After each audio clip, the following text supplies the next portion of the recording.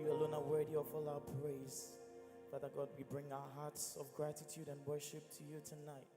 And we say we give you all the glory. We give you all the honor. We give you all the adoration and praise.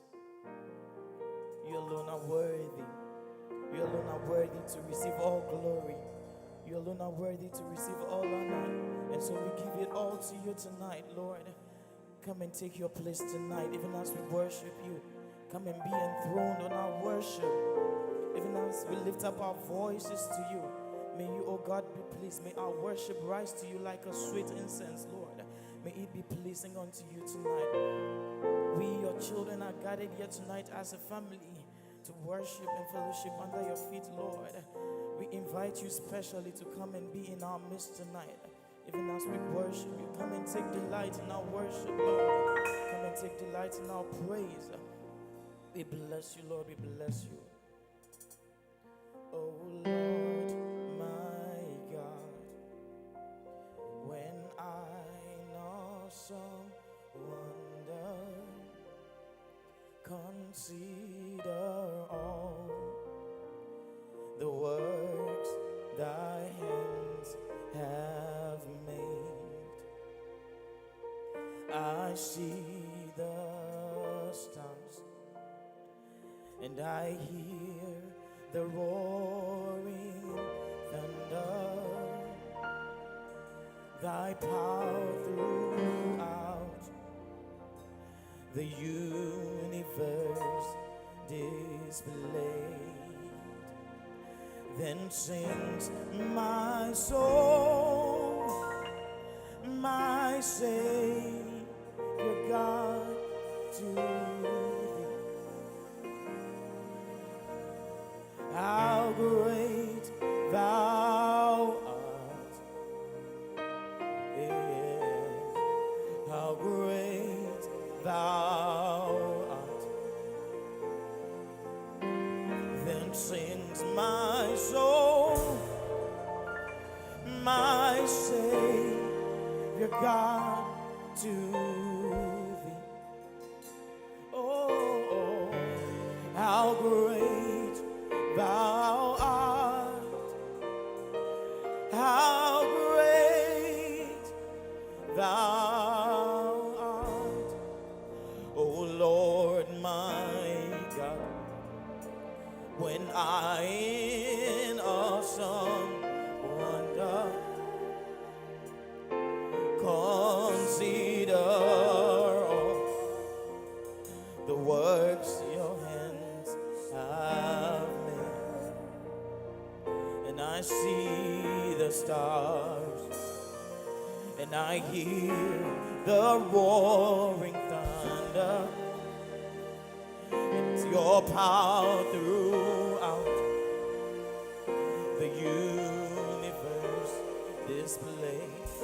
Then sings my soul, then sings my soul, my Savior God, to thee. How great thou art, how great thou art, how great thou art, how great thou art. Then sings my soul, then sings my soul, my Savior God, to thee.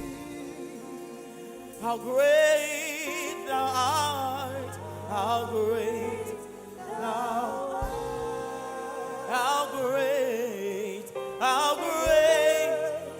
thou art. Then sings my soul, then sings my soul, my Savior God, to thee.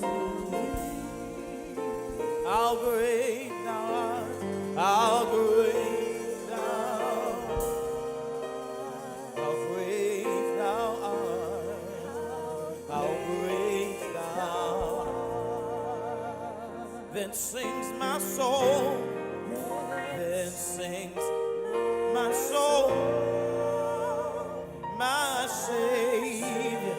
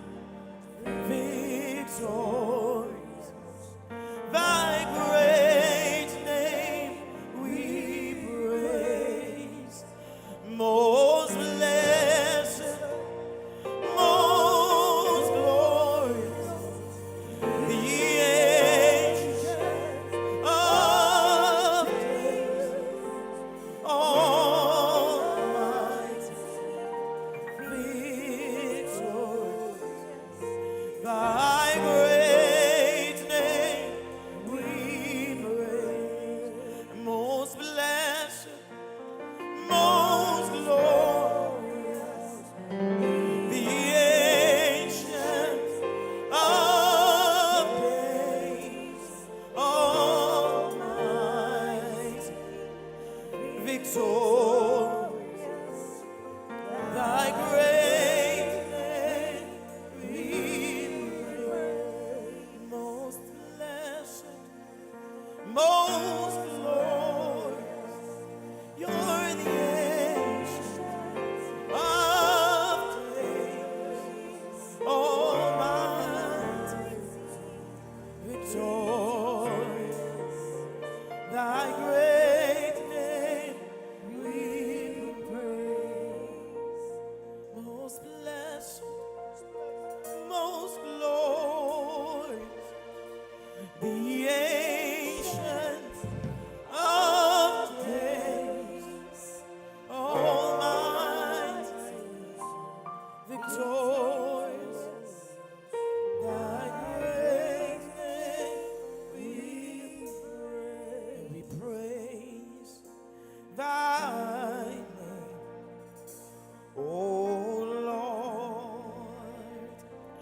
We praise thy name, O Lord. We praise thy name, O Lord. We praise thy name, O Lord. We praise thy name, O Lord.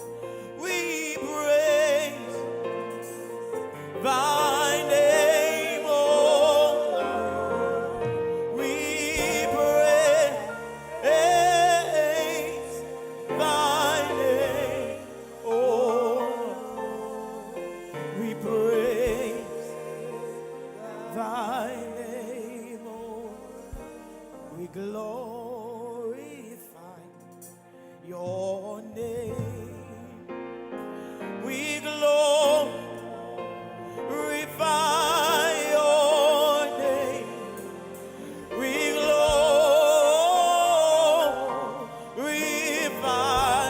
your name. We glorify your name. We magnify your name. Tonight, Lord, we magnify your name. We magnify your name. We magnify your name. We magnify your name. We magnify your name. We magnify your name. We magnify your name. And my spirit magnifies the Lord, and my soul praise his name.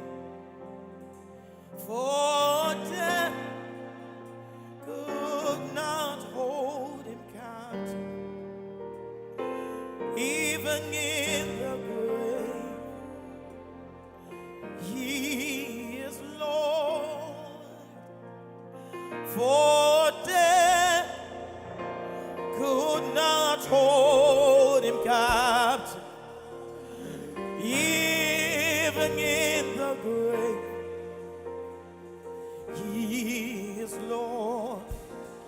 My spirit magnifies the Lord, and my soul praise his name.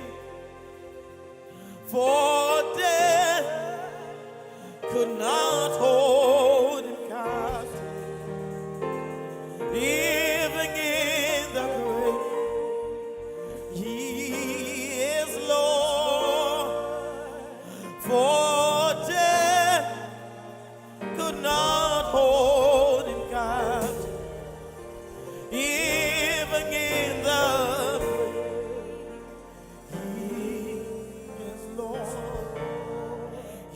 is Lord. Yes, He is Lord. He has risen from the dead. He is Lord. Every knee shall bow and every tongue confess that Jesus Christ is Lord. He is Lord. Yes, He is Lord. He has risen. He's risen from the dead. He is Lord. Every knee shall bow and every tongue shall confess that Jesus Christ is Lord. Oh, be lifted above all other gods. We lay our crowns and worship you. Oh, be lifted above all other gods. We lay our crowns and worship. Oh, glorious God. Oh, glorious God. We praise your name. We lay our crowns and worship. Oh, glorious God. Oh, glorious God. We praise your name. We lay our and worship you.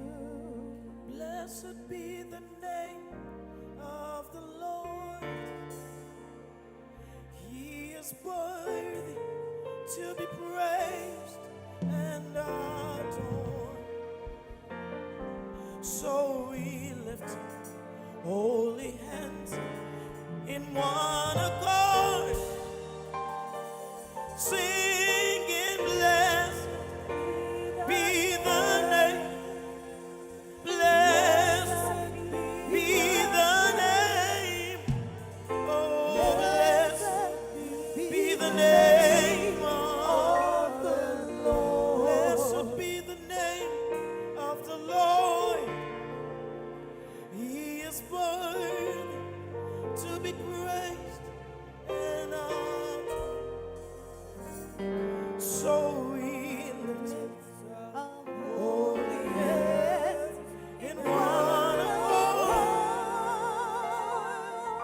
singing, blessed be the name, blessed be the name, oh, blessed be the name of the Lord. Thank you very much. You can put your hands together for them. That is powerful. You may be seated, please.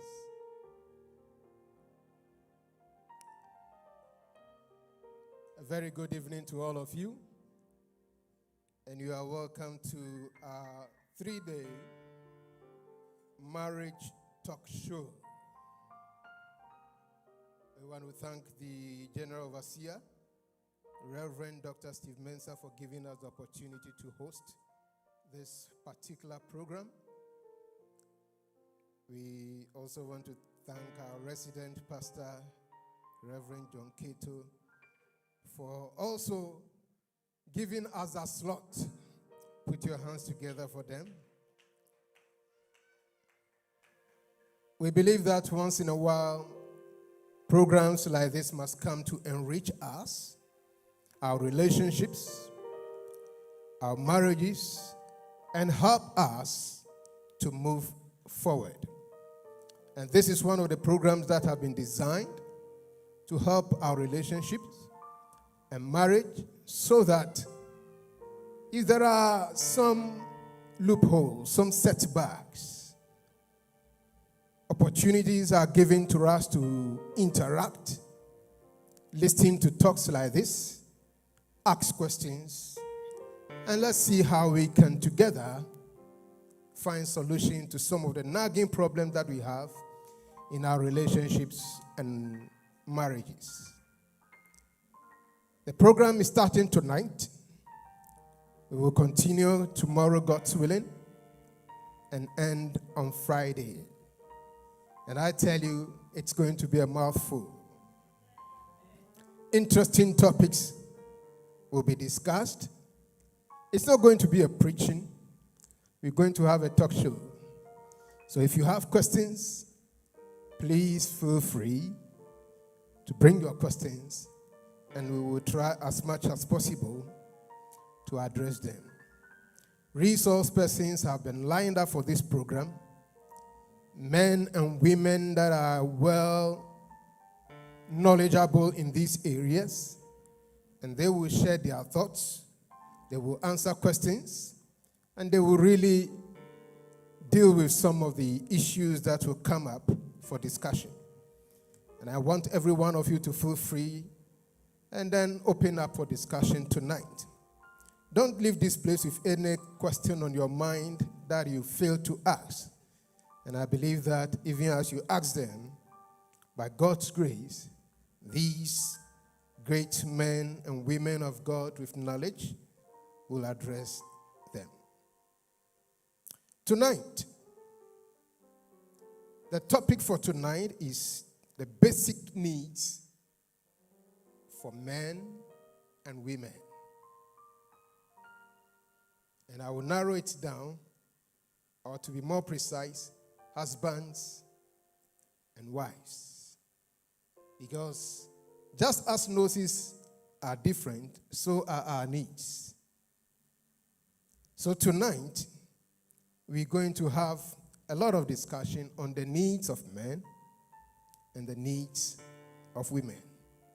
What do women need? I believe you've come across times where a husband have made, as for me, I don't even understand my wife and what she wants me to do for her. And sometimes you've also seen women asking questions.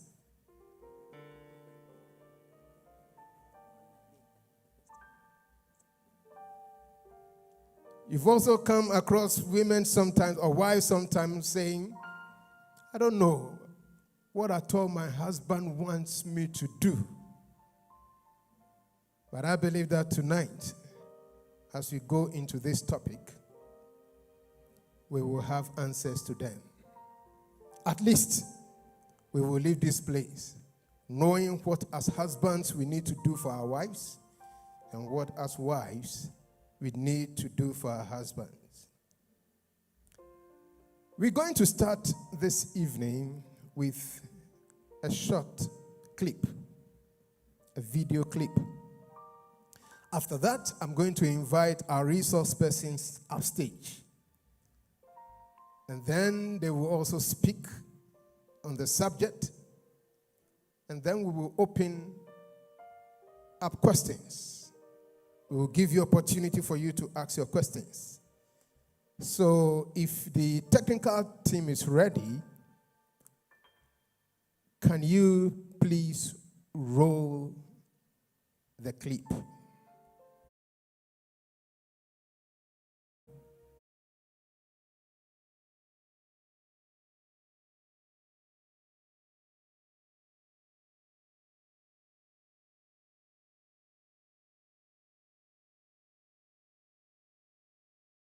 case when couples come into me for counseling. I often will tell a husband that admiration is the last thing we're going to work on. Because if you're meeting her emotional needs, there's going to be a lot more to admire. And it'll be a lot easier for her to give you accolades when you're making her happy.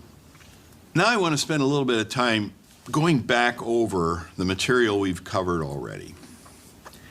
And I want to tell you what the irresistible husband looks like. The irresistible husband is a man who is very affectionate. He lets his wife know that he cares about her. And he does this in many different ways. He provides an umbrella of care, an umbrella of protection. She knows she can trust him to think about her before he does things. He's proven the fact that he cares about her. He's a great conversationalist. She enjoys talking to him whenever they get together. He's always able to talk about things that interest her. He makes her feel the center of his attention when they do talk together. He never does anything to offend her. He never does anything to hurt her feelings. He doesn't get angry with her. He doesn't make demands or show disrespect. He's a good provider. He earns a good living. He supports his family. He is honest and open. She never has to worry about making him tell her the truth. He reveals the truth with no prompts from her. He always lets her know exactly what he's thinking, exactly what he's feeling. And he's a great family man. He cares for the children. He loves the children. And he works with her in raising the children in a way that they both agree.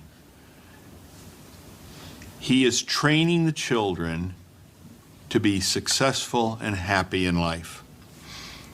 A man like that is irresistible to a woman. A man that does these things she can't get enough of and is deeply in love with. Now, the irresistible woman is doing very different things. First of all, she's a great sex partner. She encourages lovemaking with him. She also is a great companion. She enjoys the things that he enjoys recreationally. She is eager to be with him when they're doing things recreationally. He knows that whenever they're out together, they're always going to have a good time. She's beautiful in his eyes. He looks at her, and whenever he looks at her, he just feels wonderful. She is as attractive as he could ever imagine, and he thoroughly enjoys her appearance. She is somebody who is helpful with his domestic needs. She's good at helping him with the household and with child rearing. And finally, she is an admiring woman. She thinks highly of him, lets him know how much she appreciates him and how glad she is to have him a part of her life. A woman like that is irresistible to a man. He wants her to be a part of his life, and he's very much in love with that woman. I want all of you to be irresistible to each other. I want you to find each other to be something that you can't do without. You can't live without each other.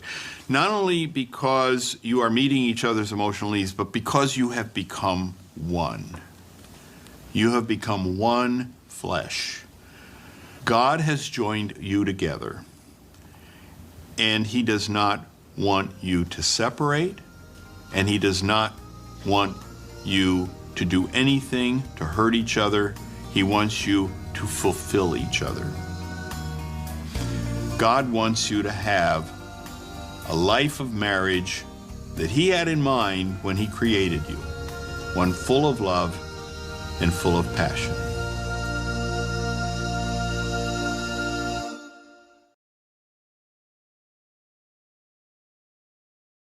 The short video clip, his needs, her needs. I believe as you watch the clip, you may be jotting down some few questions. And if for one reason or the other you want to write down your question, we have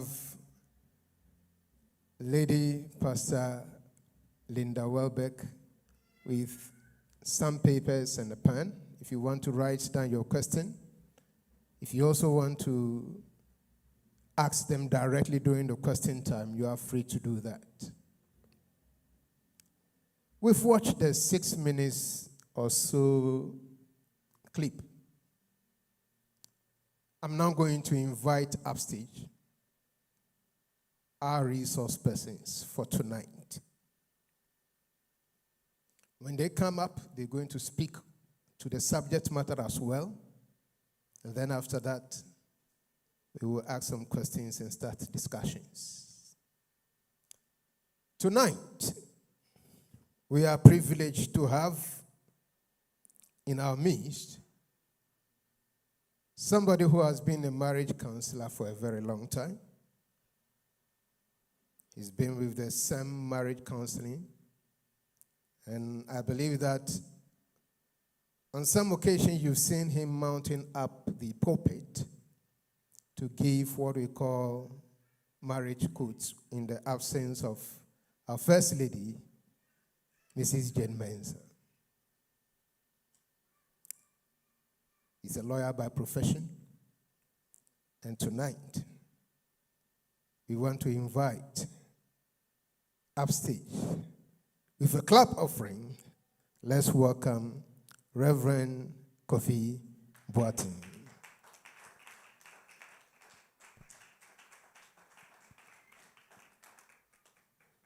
Yes. He will not be here alone. We also have Lady Pastor, who has been also with the counseling session or counseling department for a very long time. In actual fact, I got to know last Friday or last Saturday that she'd been with the counseling department for well over 20 years.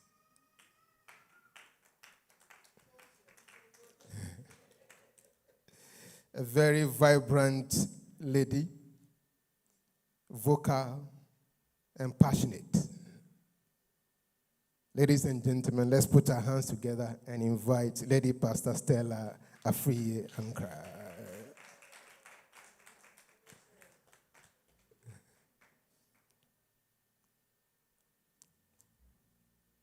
We have also in our midst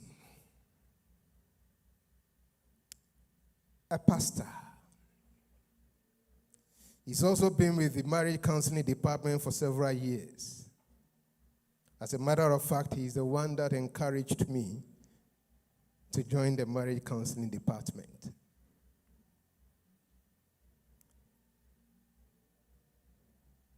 He's a man of few words, but deep when he speaks. And when you see him quiet like that, he's full of wisdom. Ladies and gentlemen, help me welcome Pastor Ni Taki Welbeck.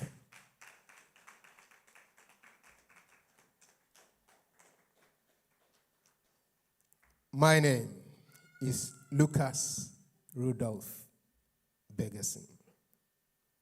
We want to acknowledge the presence of the men and women that form the counseling department that are also present here tonight. We have Reverend Elvis. Put your hands together for Reverend Elvis. We have Lady Pastor Carol. We have Lady Pastor Linda Welbeck. And then we have Lady Pastor Paulina Begerson. my better half. Ladies and gentlemen, we will give our panelists, each of them, 5 minutes to talk about his needs and her needs. They can speak to issues that we saw in the clip. They can add their own understanding of the needs of the man and the needs of the woman. Then after that, we will go into a Q&A session. So, Reverend Kofi Boateng. Thank you, Pastor Lucas. What do you have for us? Okay. I think the first thing I would like to say is that it's important that we all understand that when it comes to our physical needs, when it comes to things like food, our need for shelter and things like that, we may all share the same needs. But when it comes to our emotional needs as men and women, as husbands and wives, our needs may differ. And that is where we need to pay attention as husbands and wives to make sure that for the wives to make sure the needs of your husbands, the unique needs of the husbands are being met, and the unique needs of the wives are being met as well.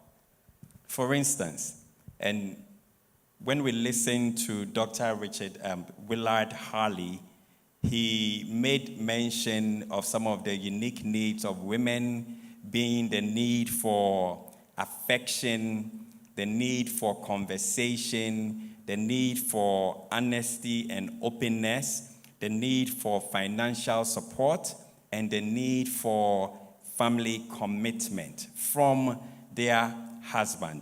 These needs are very important to women because when it comes to affection, it is true that almost every woman wants to be loved, but it is important that you show love and affection to them in a particular way that meets their unique needs.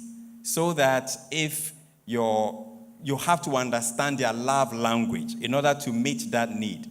So that if your wife loves words of affirmation, you don't spend too much time buying gifts when gifts may not have any meaning to them, or when gifts may not mean as much to them as you telling them that they look beautiful, as you telling them that you love them, as you telling them that you miss them when you do. So that if their need, their emotional need, or their love language is gift giving, you spend time ensuring that at every opportunity you buy them something. Not something that will break the bank, but most importantly, something that may be so pleasing to them that will tell them that you love them. And so we need to understand what love or what affection means to a woman in that sense. Again, the need for conversation is an emotional need for a good number of women. I don't want to generalize to say that every woman loves conversation, because I actually had a shock. I met a couple one day, and I was going on and on about how a woman loves conversation, and then she said, no, in my home it's different. It's he who likes to talk. So it may not apply to everybody, but for the most part, most women want their husbands to dedicate time to have conversations with them. They want you to text them, be in constant touch with them. When you come home, they want you to make time to come and ask them about their day.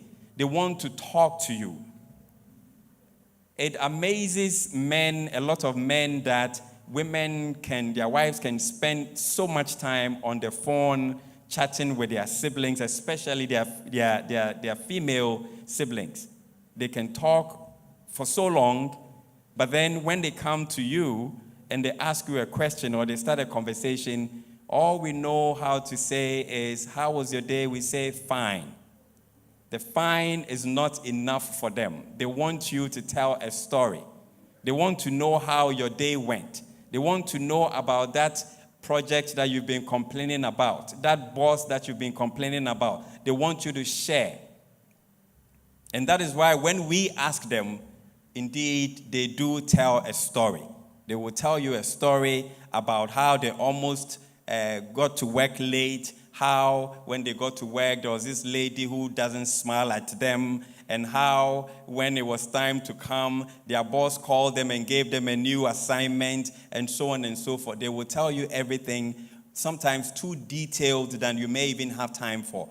But it is not because they just enjoy talking. It is an emotional need. And so as a husband, we need to learn to make time to listen to our wives. They want financial support, not because they want to chop your money, as we like to say, not because they are gold diggers, but that is how they were made, to depend on their husbands for financial support. And indeed, I must admit that in this day and age, there are many women who are making more money than their husbands, but they still want to feel that their husband is in control as far as their finances are concerned. So that even if they are bringing in the money, the husband has to be in charge to make sure that the money is being put to good use, that your future is being planned for, that one day they would not be found, your personal belongings will not be found outside because your rent has not been paid, or your children's school fees has not been paid. So even if she's bringing the money, you make sure that these things are getting done, as long as she would let you. Because not every woman would want you to be in charge of her money when she's bringing the money.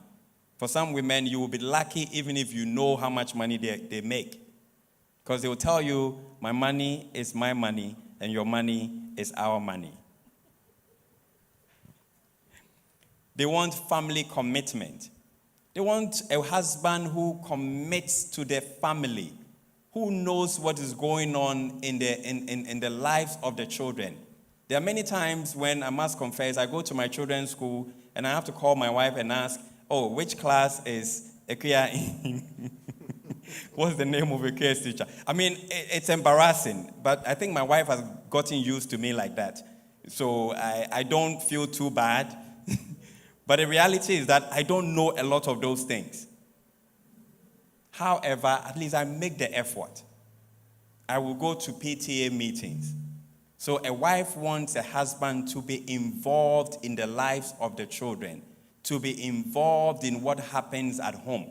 When something needs to be fixed at home, they want daddy to be there. You're calling the plumber, you're calling the carpenter. That is when you cannot do it yourself.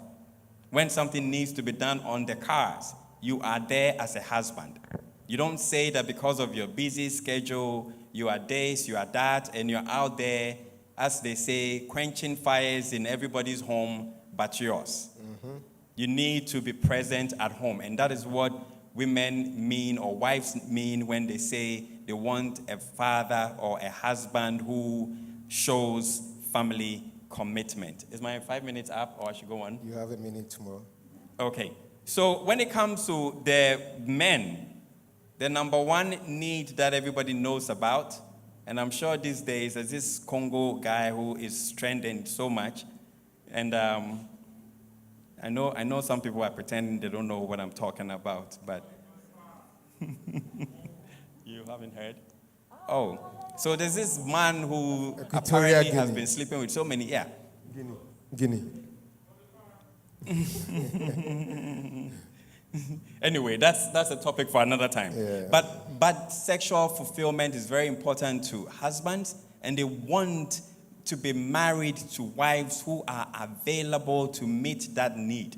So it is not enough that you're married to him, but you have to be available. You can be married and every day you're making excuses. Oh, I have work and I'm tired, and the children, and there's this and there's that, and I have a headache and I have cramps and I have that.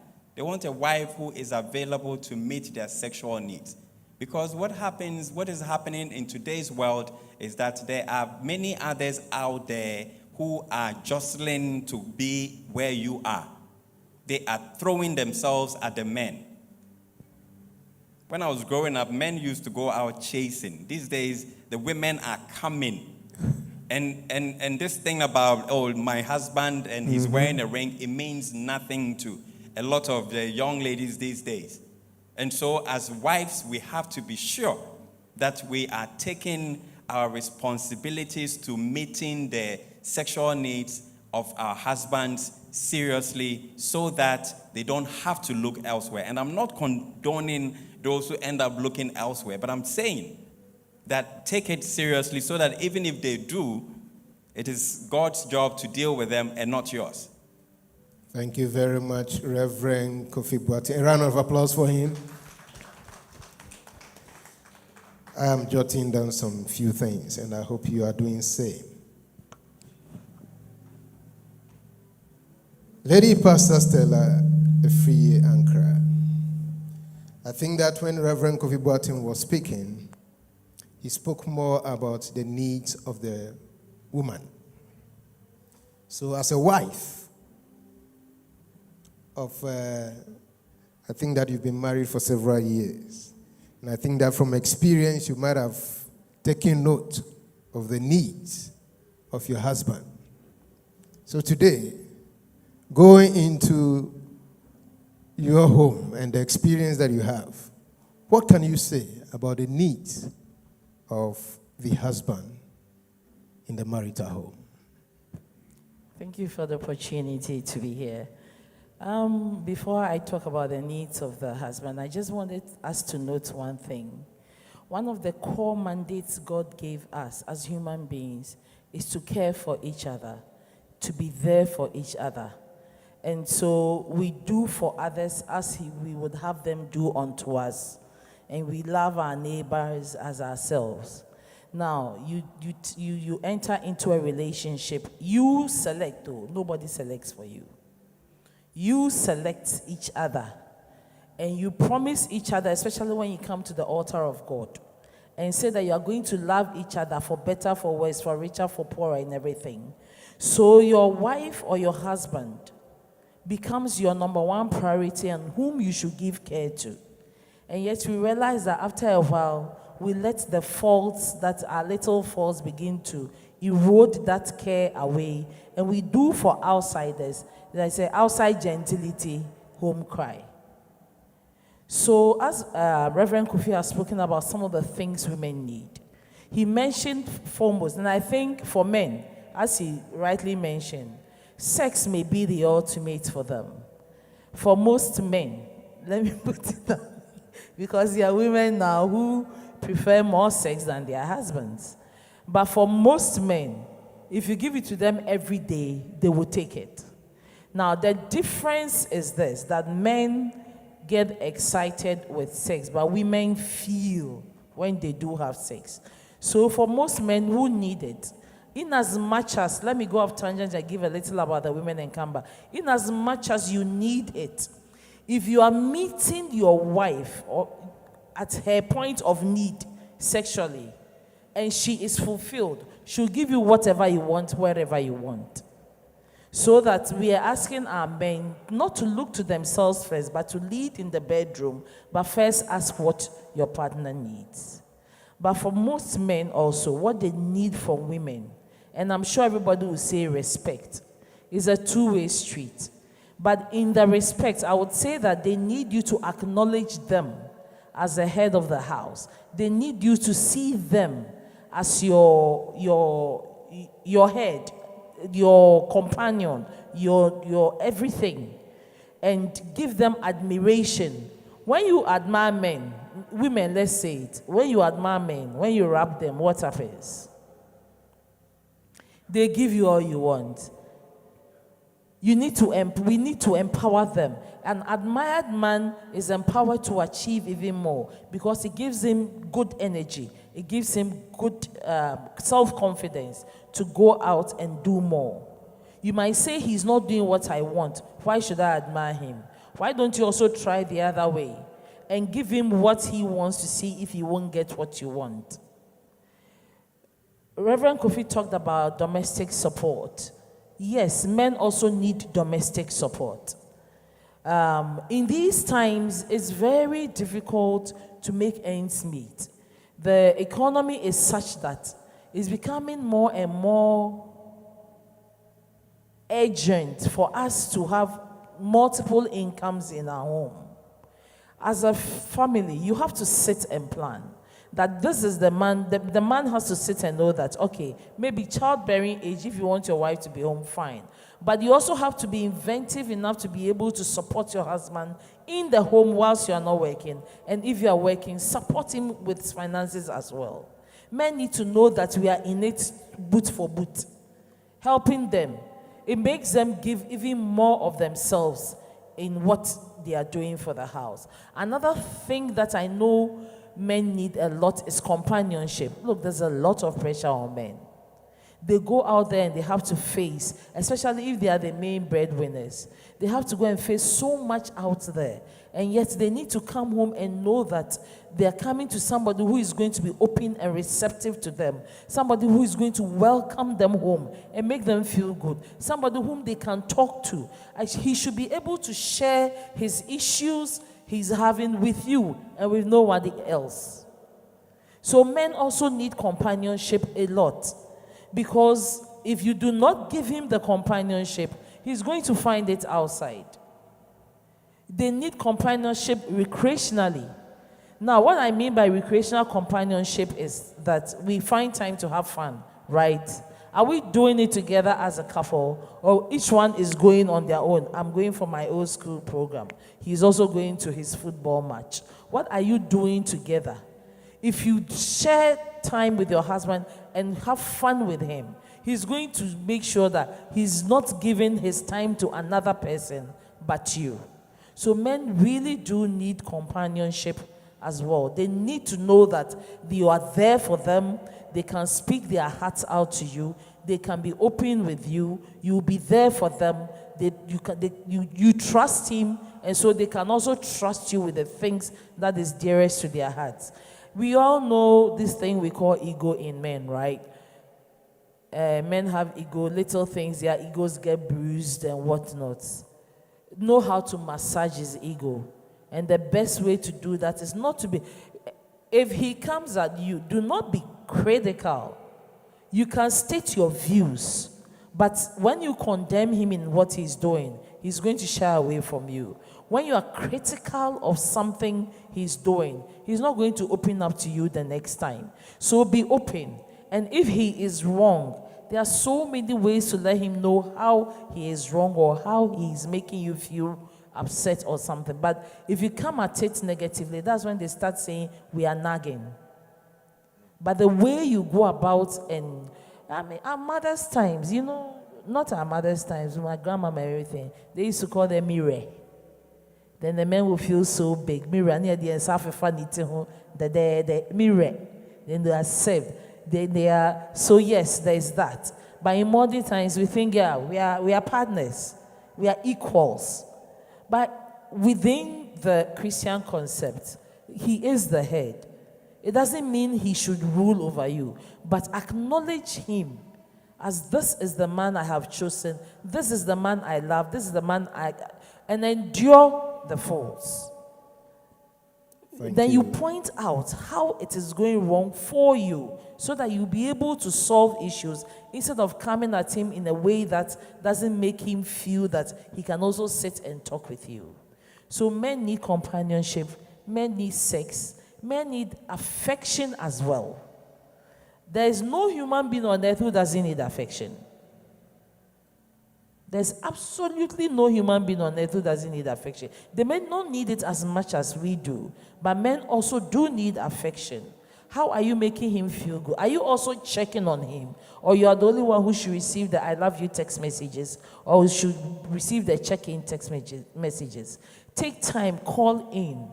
We built this habit where we check in with each other. Oh, so where you dey? What's up? You know, it's our time then. Millennials, I know you don't use what's up again. But we use what's up. Bah. I mean, even sending a message, yo, what's up? How be? You dey? You know that you are coming home and what they are asking for. I hope he's not listening. You get. Yeah, but some of these things soften the heart. It shows that you are thinking about him. Thoughtfulness is very important in marriage, even when you are hurt. You need to be thoughtful in how you speak. And in mentioning that, let me also add. You have a minute more. Okay. Most importantly, how we talk to each other. We can be upset and say how you feel instead of insults, innuendos, attacks, and digs. When I say digs, you know how when we look down there, we say things that demean or say things that cut into their egos and cut into their manliness. You definitely will not get what your husband needs with that. He may do something you don't like, but the way you would say it, it will be received as, let me pause and think and do what she wants, instead of, oh, you are nagging. So they need us to speak with them in a way that makes them feel that they can still hold on to their ego small without being bruised. Put your hands together for Auntie Stella. Our topic is on the need for men and women. And basically, when we talk about a need, it is something that the person needs to survive, to make him or her happy in the marriage, and to encourage him or her to go on. So when we fail to meet the needs of one another, it affects the relationship a lot. A lot of relationships or marriages are suffering because either the husband doesn't know exactly what the woman needs, or the woman doesn't know what the husband needs. And therefore, they are just enduring each other in the home. But I believe that as we discuss this tonight, if you are married, you can take a second look at the needs of your wife or the needs of your husband. If you are yet to enter into marriage, I believe you can also pick some lessons from this discussion, so that when you get married, you know how to meet your husband's need, so that he doesn't look outside for somebody else to meet his need. So that you also need to know how to meet your wife's need, and then she wouldn't look outside for somebody to meet her need. Pastor Taki Welbeck, are these needs universal, or they differ from person to person?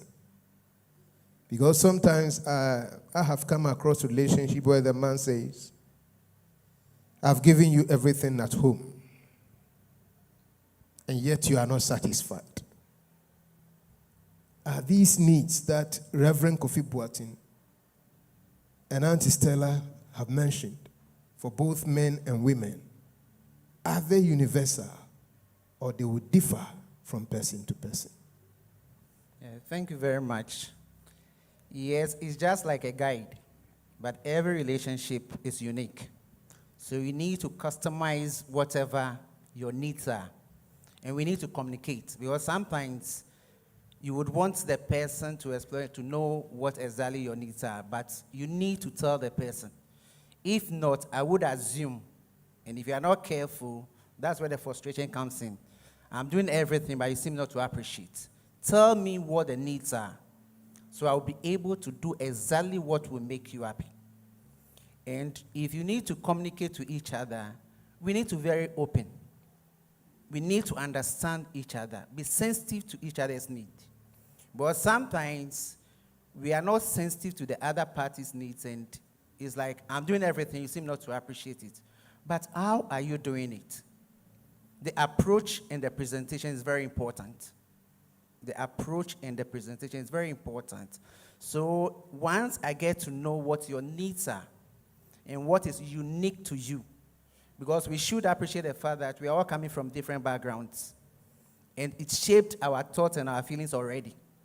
And that transition is not going to be overnight. It will take time.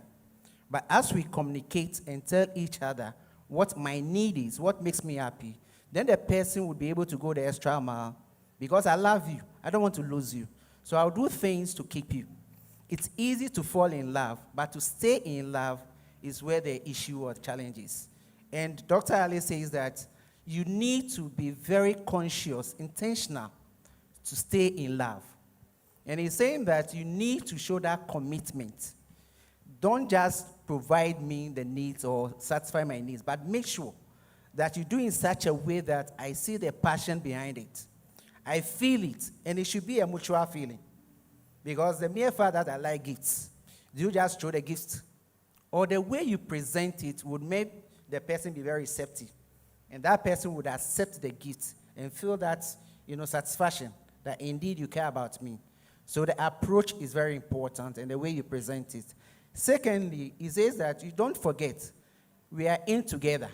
It's partner-centered. So whatever my need is, in providing that need, make sure that you don't just do it, but you're doing it for me to feel that indeed nobody is pushing you to do it, but then you are passionate, you care for me, you want to make sure that you meet that need for me to feel very fulfilled. So you are not just doing it, but do it in such a way that a person would appreciate what you are doing. And that's the only way I can feel. So it should be a mutual thing. And secondly, it says that the consistency that you do it, because don't wait when it's my birthday before you buy me a gift or you show me that love. 365 days, you need to constantly do it. And that's the only way I will stay in love, and wherever I am, I'm always itching to see you. Because that feel-good factor is what keeps me. So if you wait for special occasions, it becomes like somebody is pushing you to do it. But if it's the norm, so somebody will say, don't tell me today that you are looking special. The other days, it means I wasn't looking special. Constantly, I should meet that need of yours. So if I'm somebody who is attracted by beauty, you need to do it. Because that's the thing that keeps me. So don't do it occasionally. You have to. If I'm that type that I need somebody to always tell me, you're looking good. Don't wait for me to get to the office for somebody to tell me. You have to do it. So these are the things when you do, because we are all different. And like we said, even though sex may be generally something that we say men need, maybe for me, sex is not my priority. And sex really doesn't, when I get it, I'm fine. If I don't get it, I'm cool. So you should know the person you are dealing with. So you do the things that makes the person happy, that will want to always have you by his side. Don't please go by the general rules. They are just a guide. But you need to know who you are dealing with. Then you should know yourself as well. Well, some people, they want quality time. But you, naturally, you are not that type. But you need to be able to go the extra mile to meet that need. So you should be very intentional about it. Ordinary, you wouldn't want to do it. But if you love me, you need to show that interest and be able to do it. And for women, I realize that they like men that will listen to them. But sometimes because we are logical beings, we don't want you to come saying things that you are talking out of your instinct and all those things. But a woman wants somebody who will listen. So if you don't develop that skill to listen, then there will be a challenge. But you should know that you want the person to stay in love. So you need to also sharpen that skill to be able to listen to the person. The same way the men, even though we are told sex, dealing with quite a few of them, you realize that respect really, really is the major thing that a man wants. And the others would just fall in place. So once you give him that respect, he would always go the extra mile to do whatever you want him to do for you. So these are the few things that I would want to also add. Thank you very much. A round of applause for Pastor Welbeck. I saw some people nodding their heads. I believe that you may want to seek some further clarification of some of the things that our panel members have said here. I'll be coming over and give you the opportunity to ask your questions. Let me first of all see by hand if there are people ready to ask questions here tonight. If you have something on your mind that you want to ask. And like I said, if you don't want to talk directly, you can write it down. Lady Pastor has a pen, you can write it down, and then we will address that. So put your thoughts together. I will give you the opportunity to come with your questions. Reverend Kofi Boateng, these needs that have been mentioned, do they change with time? For example, a newly married couple. Maybe the guy is so young, full of energy, high libido, and therefore he might say that on his top priority, sex is number one. But as the marriage grows, maybe they have stayed for 20 years, will it still be sex? If it's affection, if it's financial support, will it be the same throughout the marriage, or they differ as you advance in age and as the marriage grows? What can you say to that? I think the order of importance may change over time.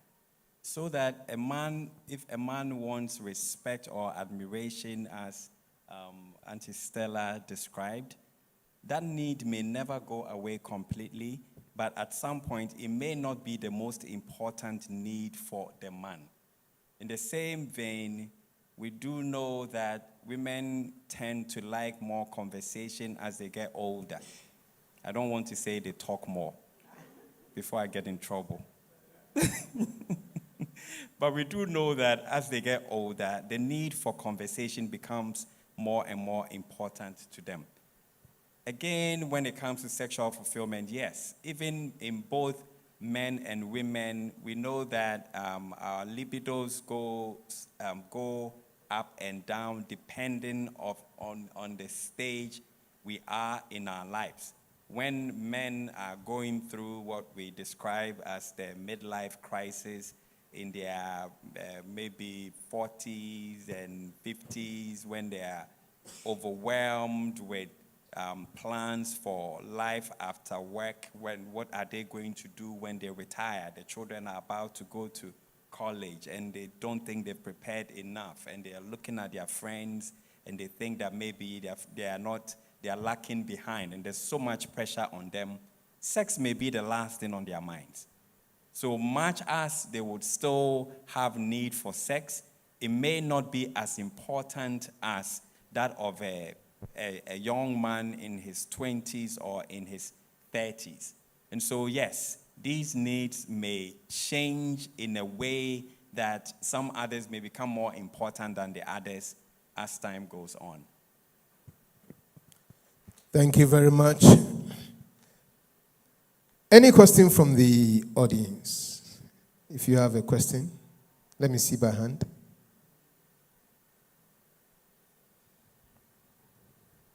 Okay.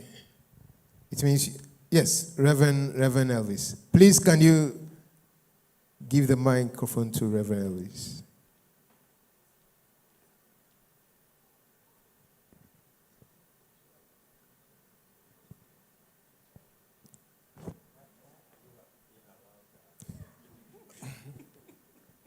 Okay, it's not a question. I think it's a comment or addition to the answer Reverend Kofi gave. You see, apart from the natural, tendencies, all right, of all the needs that we've described, for example, your sexual libidos and those kind of things, definitely as you age, your sexual libido goes down. So definitely that will change. You see, but the fact that it will change doesn't mean that you will not need sex at all. Definitely you will need it. 70-year-olds are now giving birth to pension babies and all that. You see, so there's a natural tendency for some of these things to go down. Then again, we also have the challenges that may come your way, to change some of these needs. For example, if you have sexual problems medically, okay, menopause, for example, definitely you may not have the feeling for sex, as when you have not entered your menopause. So those things are there to happen. But you see, when you look at the definition of a need, you realize that it is something that a person must have or a person need in order to be happy and also to stay in the marriage. You see, so these 5 basic needs that have been selected among many are basic to every couple.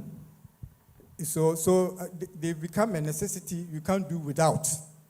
You see, but then again, as human as we are, we should also understand that, for example, when we talk about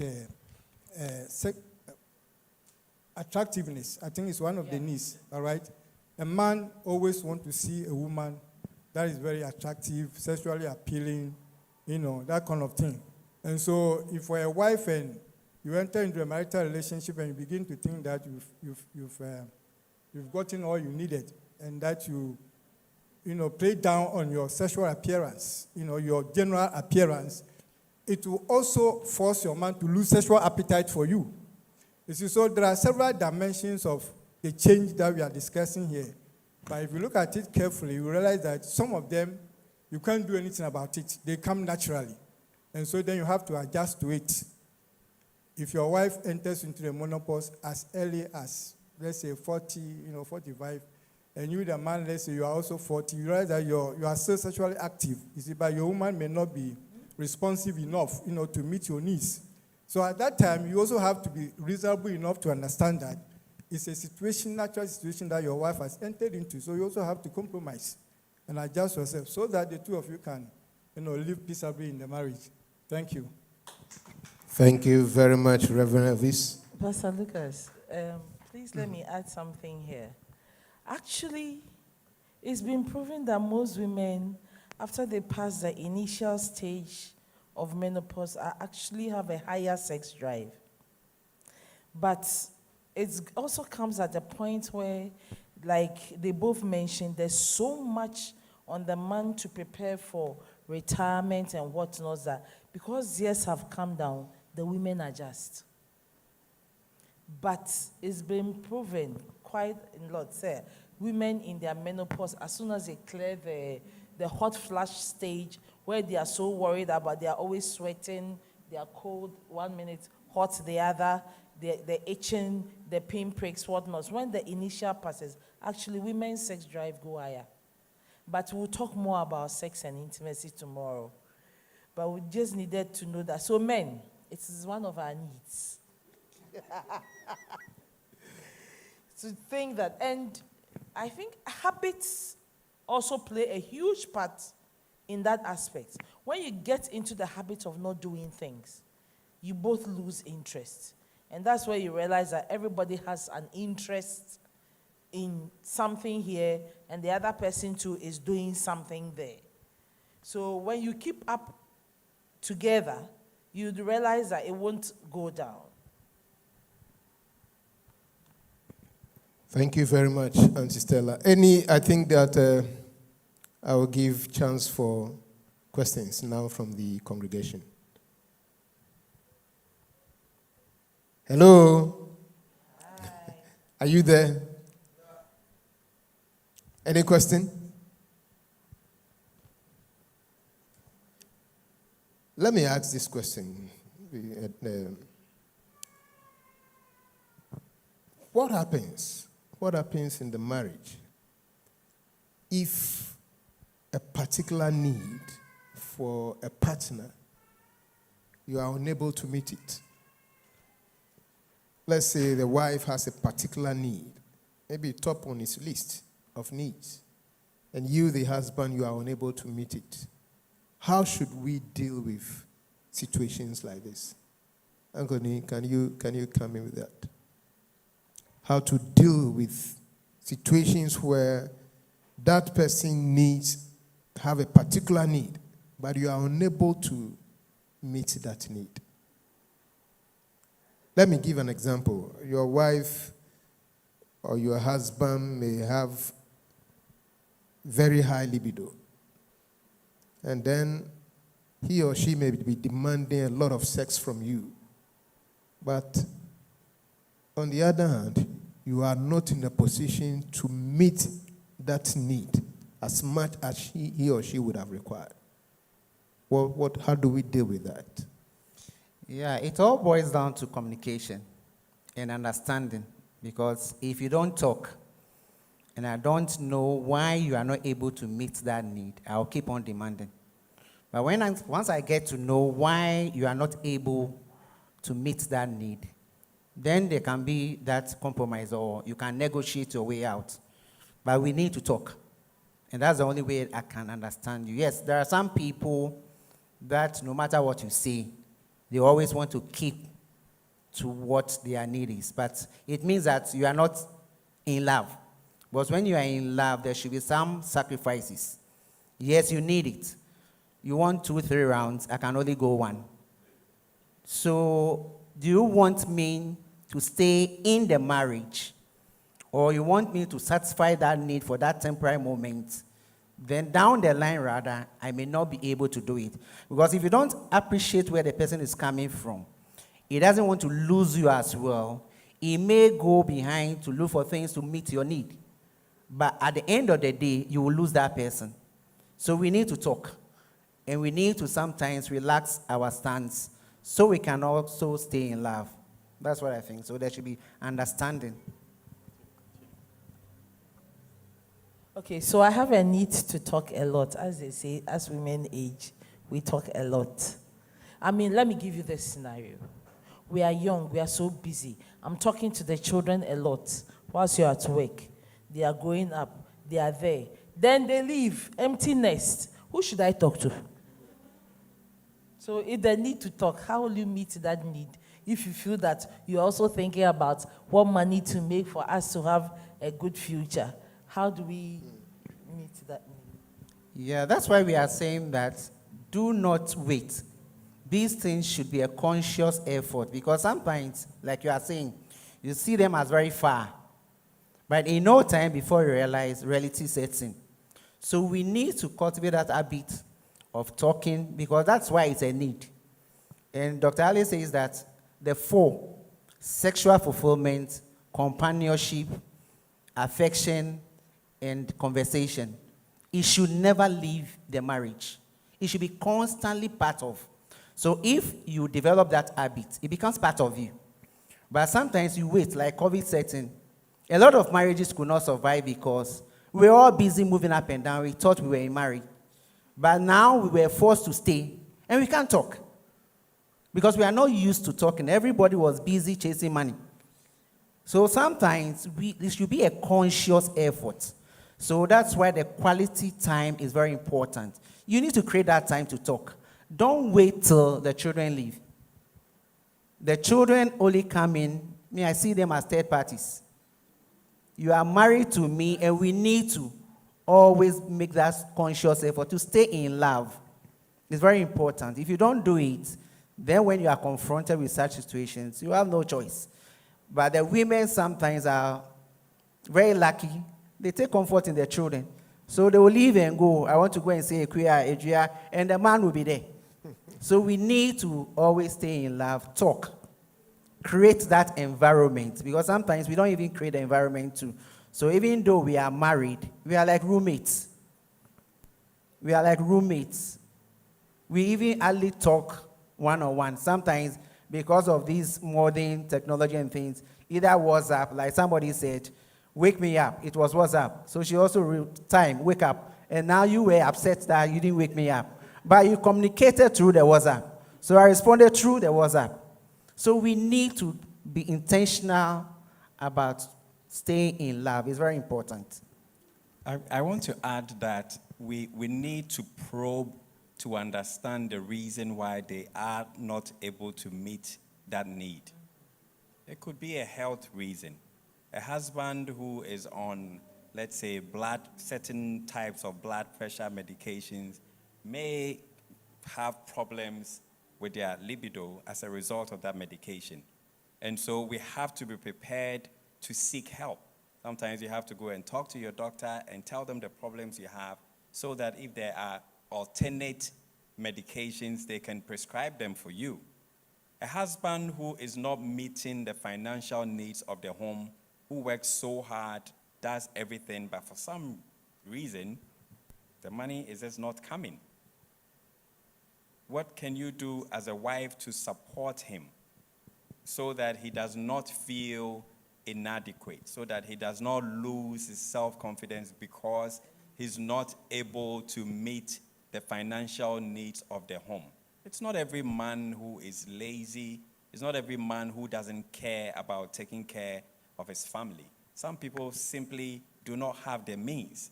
And this is the man that you married. Maybe at the time you married him, he was doing so well. Now he's encountered some difficulties along the way. Work is not, business is not doing so well. Things are not happening as they planned. And as a result, they are not being the father that you wanted them to be.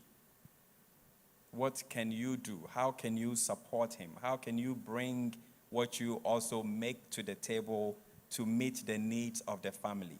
It saddens me when I see couples who are falling apart or who are at the verge of divorce just because the husband is not able to meet the financial needs of the home.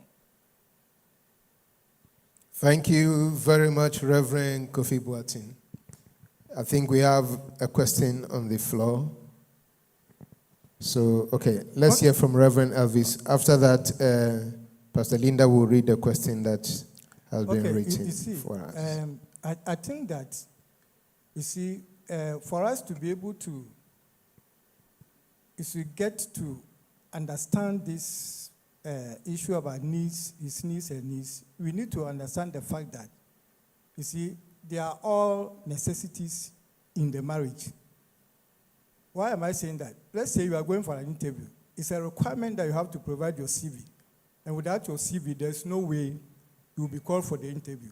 In the same way, all these 5 points that we have listed, out of many though, they are necessities that must be done or that must prevail in the marital relationship for peaceful, cohabitation, all right? Now, in the event that any of them is not being fulfilled, for example, if the man is not financially committed, like Nee said, of course, there must be communication. Why are you not financially committed? Are you working? Is your job well paid or underpaid? Do you need to upgrade? Do you need to do A, B, C, D to be able to provide? So, in the event that a man is not being able to provide, the woman should be able to understand and know that my husband is not working or my husband's income is very low, and for that matter, he is not able to provide all the needs that I require as far as financial support is concerned. So that must be something that the two of them must discuss. By the event where the man is loaded, all right, but he's not being committed, and the woman knows that the man is committed. Sorry, the man is loaded, but he's not committed. And the woman has complained several times, but the man is not being committed. Now, in this situation, how do we get the man to be committed?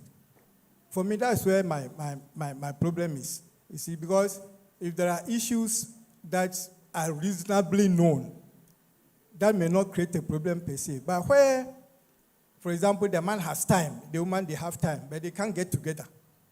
What is the problem? What is causing that they are not able to come together to have conversation or to spend time together? The man has money. Why is that the man is not providing for the home? After several complaints of the woman. In this situation, how do we get them to understand and then do what they are supposed to do? Thank you, Reverend Elvis. I think before you come with your response, can I have the question that you have read for us? Please pick the microphone and read it for us. So that the panel members can address them together. How do I handle the pressure of raising kids, career, and the needs of my spouse? It is a bit overwhelming. Can you read it again? How do I handle the pressure of raising kids, career, and the needs of my spouse? It's a bit overwhelming. Mm-hmm. Okay. So I think we listed on the list of the needs of a wife was the need for domestic support. It is very important that today's husband is up and doing and supporting the wife at home. Gone are the days where, some of us, our mothers were stay-at-home moms, or maybe they were teachers, and by 2 o'clock or 3 o'clock they were closed, from school, and they'll be home to take care of the children and do all the chores and cook and do everything. Today, most women also have full-time jobs. Some are working in banks, and they are coming home at 9 p.m. And so if you are the husband who gets home before your wife, you should not expect her to come. You get home before her, and then you sit and cross your legs and watch TV, and the children are running around, and you say, your mother will come. When they come, Daddy, I'm hungry, wait for mommy. Everything, mommy. Then mommy comes, and mommy has to feed them, bathe them, do homework, do everything, and fix your meals for you as well. Remember that you have some other needs that we said is a top priority on your list. By the time she comes to bed at night, she's tired. She's overworked. She doesn't feel loved because you're letting her stress be so overwhelmed, and you're not chipping in. You're not helping out. It will be difficult for your wife to also perform her domestic duties and other needs that meet your other needs that you have. So please, men as men, let us be there for our wives. And remember that it is not a favor that we're doing our wives by supporting our families. Our children are also watching. They also feel loved. It's good and healthy for children to see parents working together, to see dad and mom working together in the kitchen, to see dad taking the time to bathe a child. It's a way for you to bond with your children. And as I spoke about making your presence felt at home, that's what it means.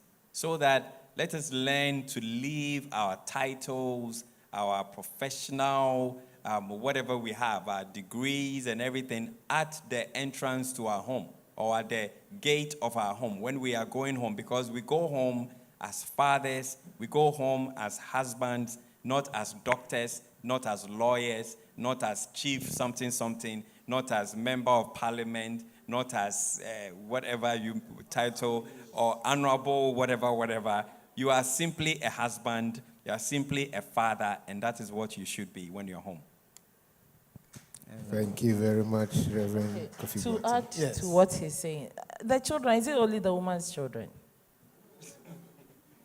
But we seem to want to stick to the patriarchal norm in modern times, when the situations have changed, especially when you have a working mother. Why would you leave your wife alone to finish that? Does she not also have needs? Where is the consideration? What was your reason for marrying? I thought you vowed to love and support and everything. And that is it. We have to recognize that when we have given birth to children, we have to do it together and be the moral compass for the next generation.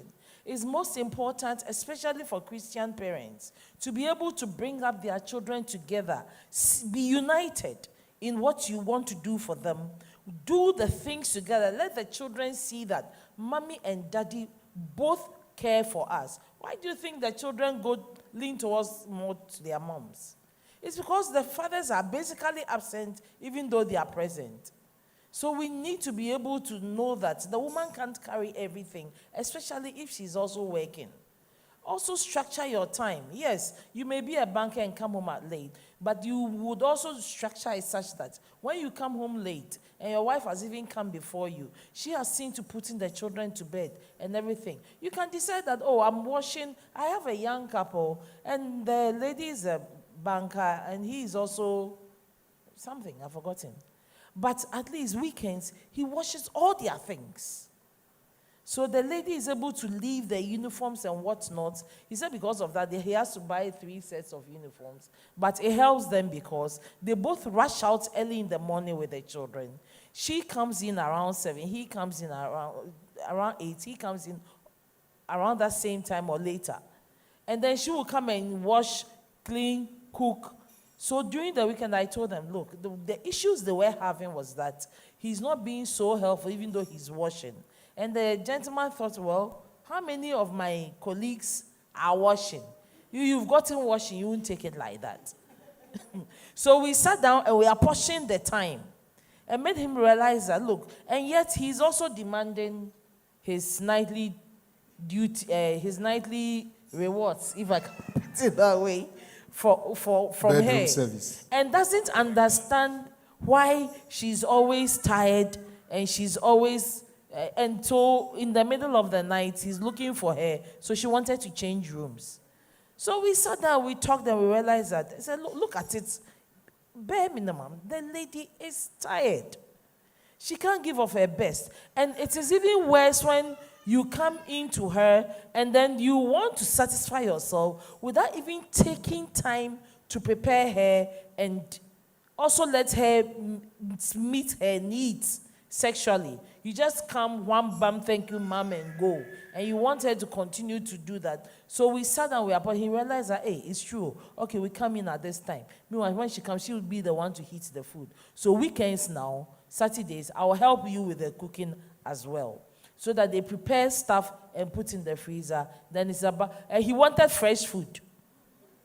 So the compromise was that fresh food is on weekends. But during the week there, if you want fresh food, there are things there.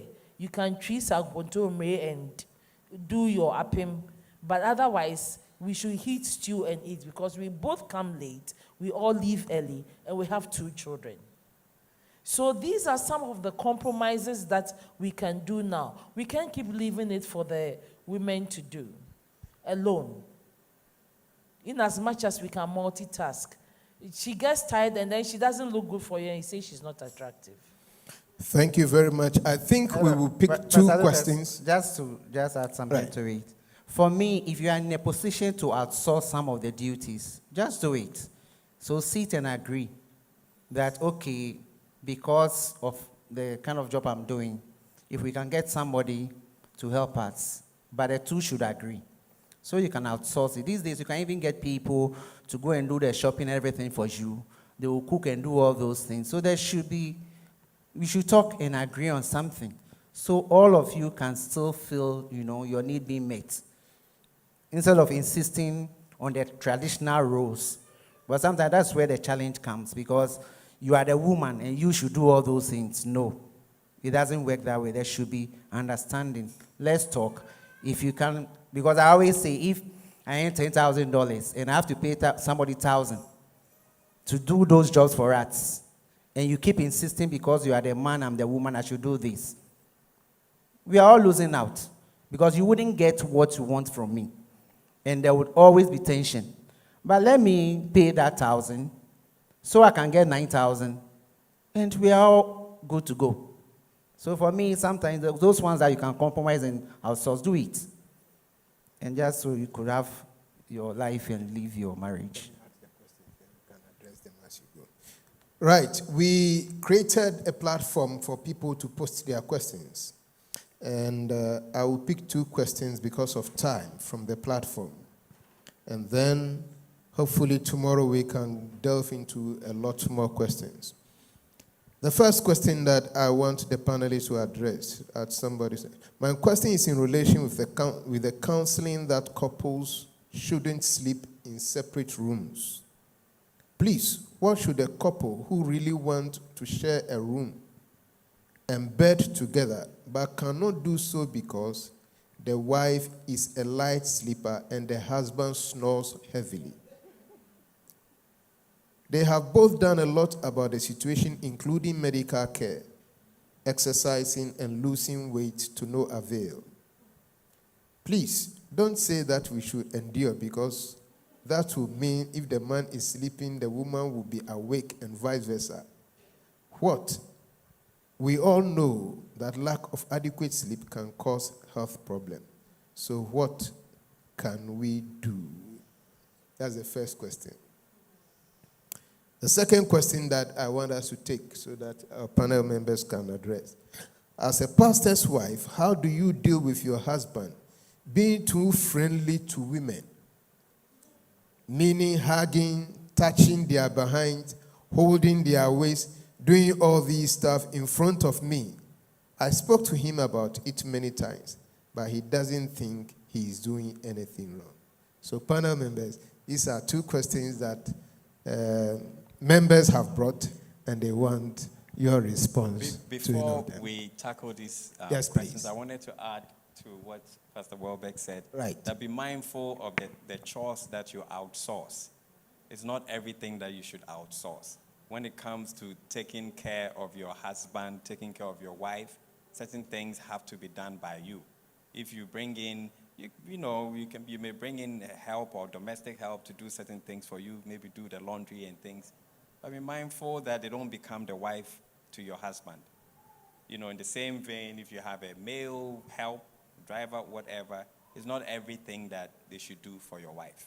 I think we understand what I'm getting at. Thank you. That's a good point.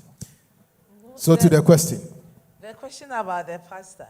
You know the emoji face for shock, right? Where you have the big blue eyes, and then when he's touching their waist and their backside and hugging them. He's being very, very inappropriate. Very inappropriate, Even if unprofessional, he wasn't a pastor. and out of what a pastor should even do. Yes, because apart from the fact that you are disgracing your wife, basically, because you are showing affection, open, intimate affection that should be reserved for your wife. You are showing it to another person. There are some things that couples should reserve for just themselves.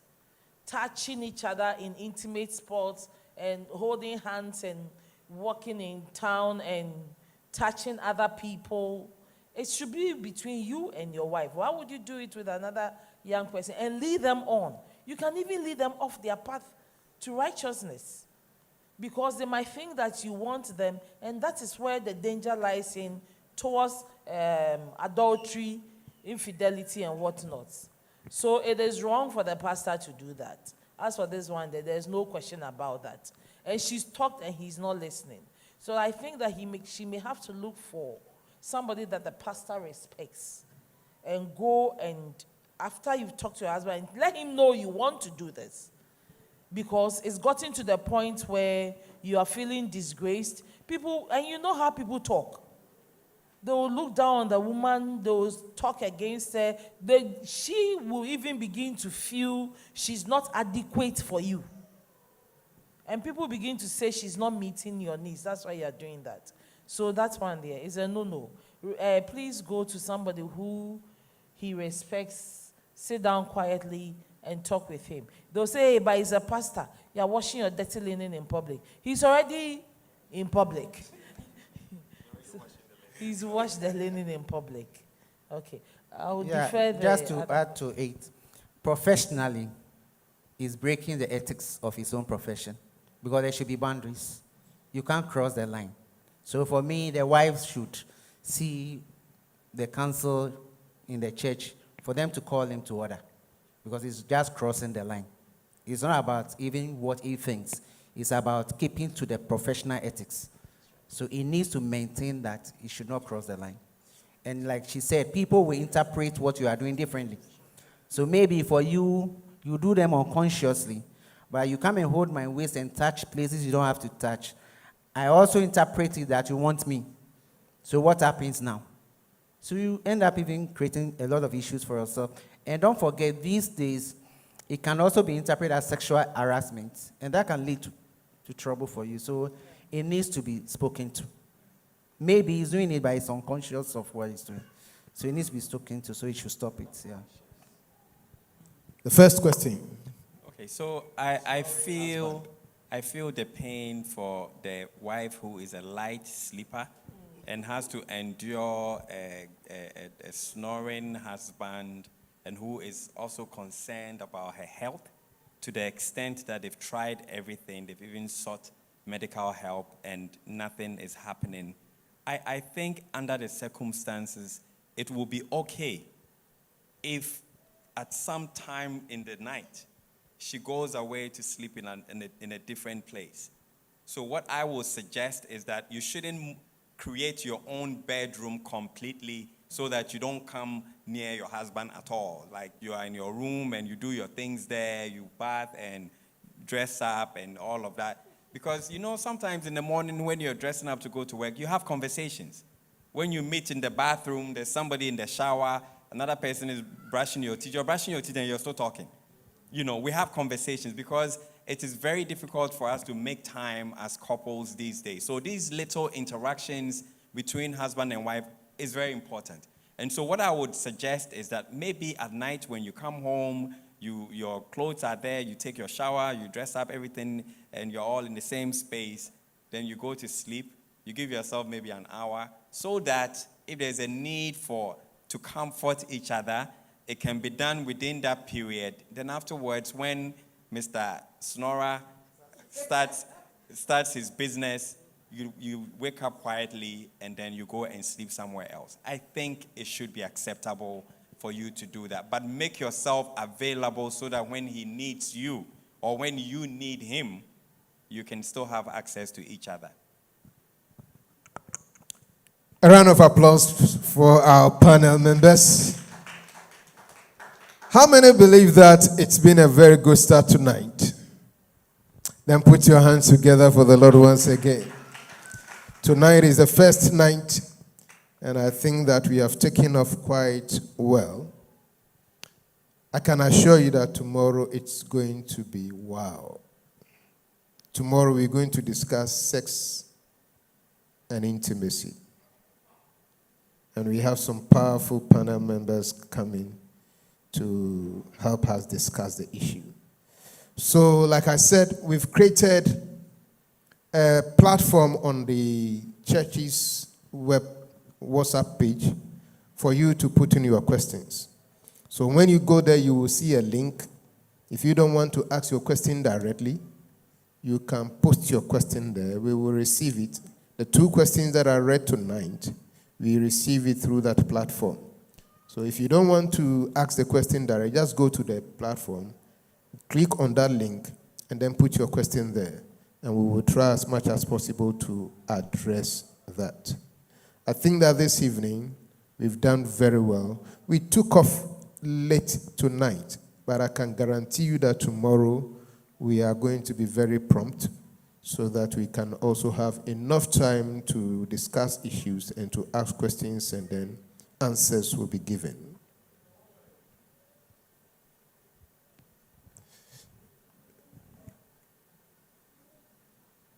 Yeah, so tomorrow we're going to have Reverend Mrs. Teresa Uafi Asante,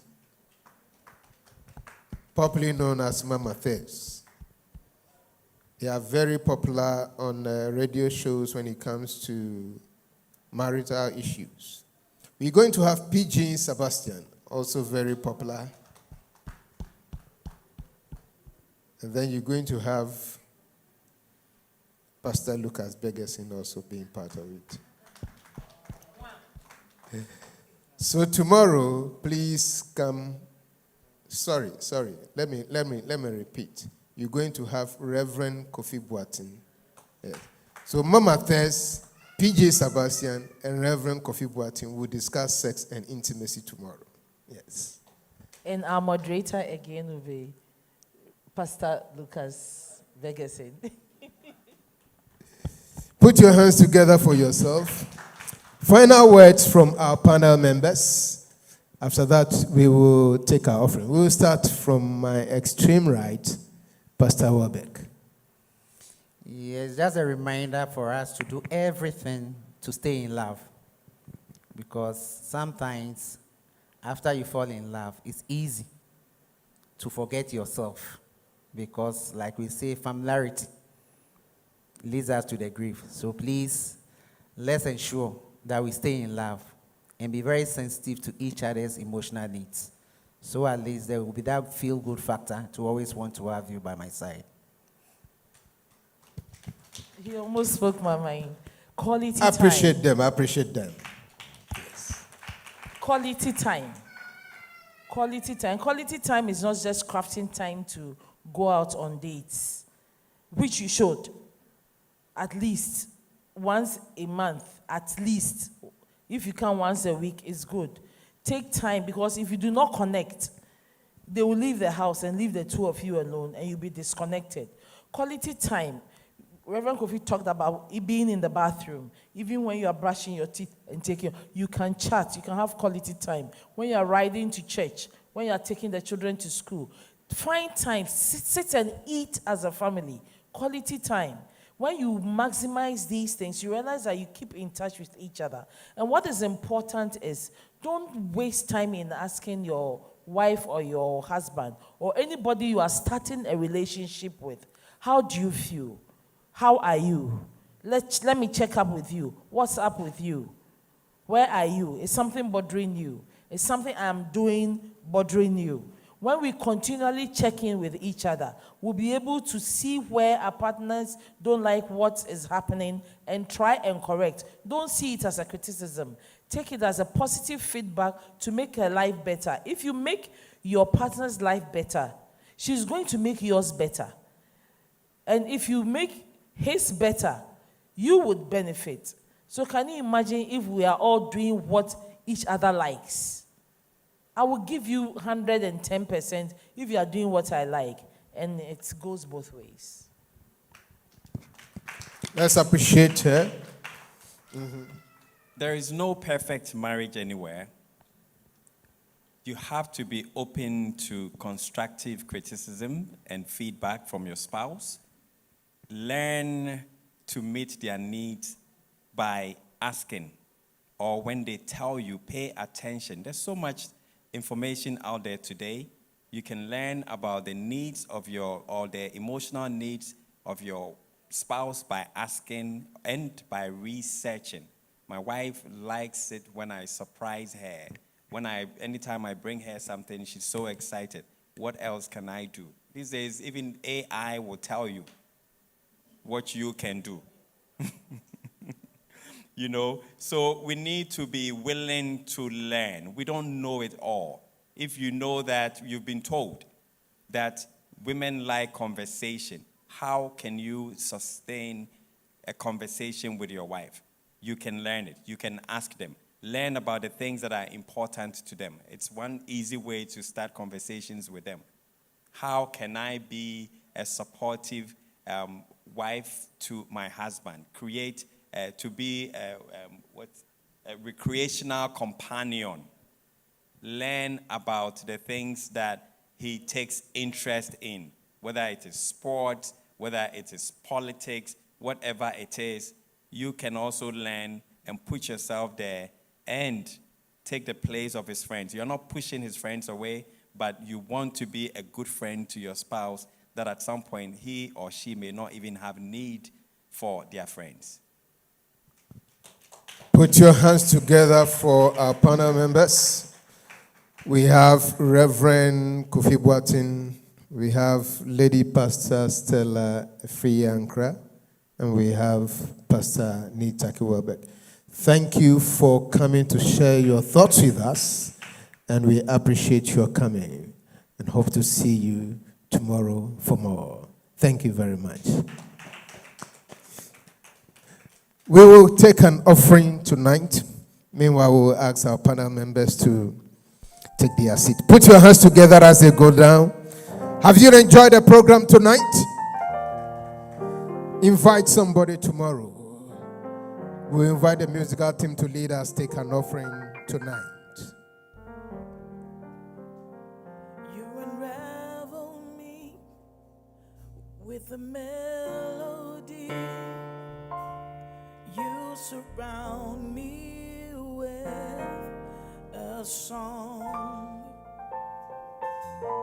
of deliverance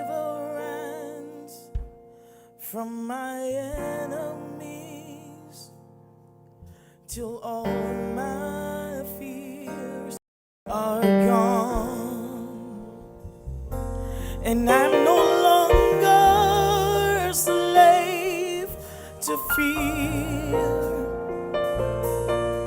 for I am a child of God. I'm no longer a slave to fear, for I am a child of God. From my mother's chosen me. Your love has called my name. You unravel me deep. You surround me with a song, and I'm no longer a slave to fear,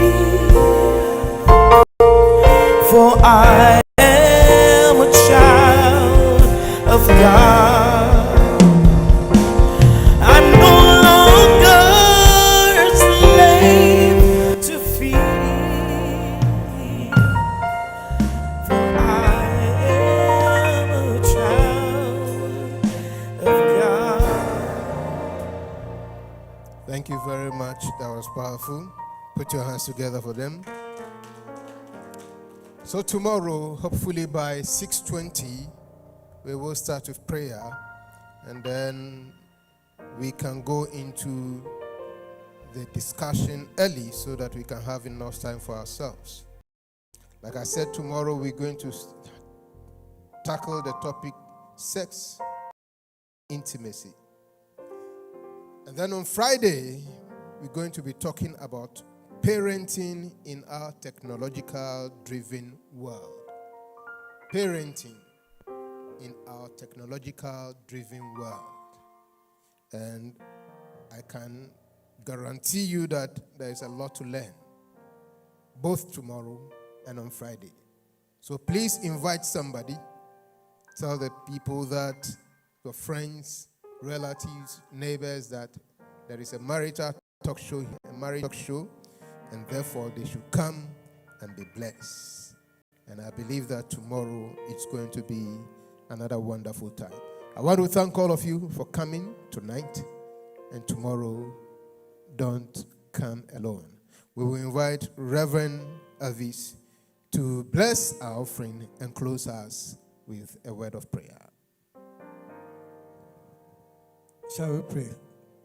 Eternal Father, I want to thank you for giving us the ability to work and to make money. We pray that what you have brought before you, Father, you bless it in furtherance of